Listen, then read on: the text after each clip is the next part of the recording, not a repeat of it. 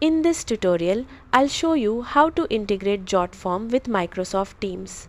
This is useful when you want new form submissions to automatically trigger actions in Teams, such as sending messages or creating meetings. Open your browser and go to jotform.com, then sign into your account.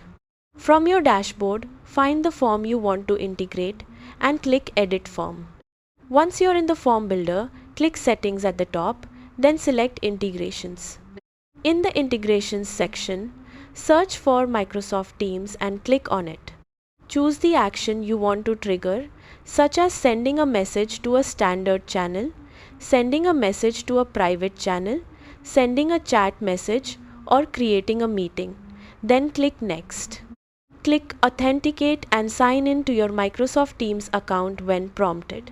Follow the instructions to authorize the connection, then click Next.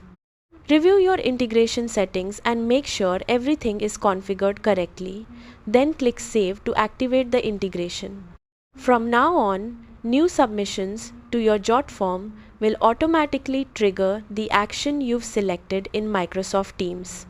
That's how to integrate Jotform with Microsoft Teams. Thanks for watching.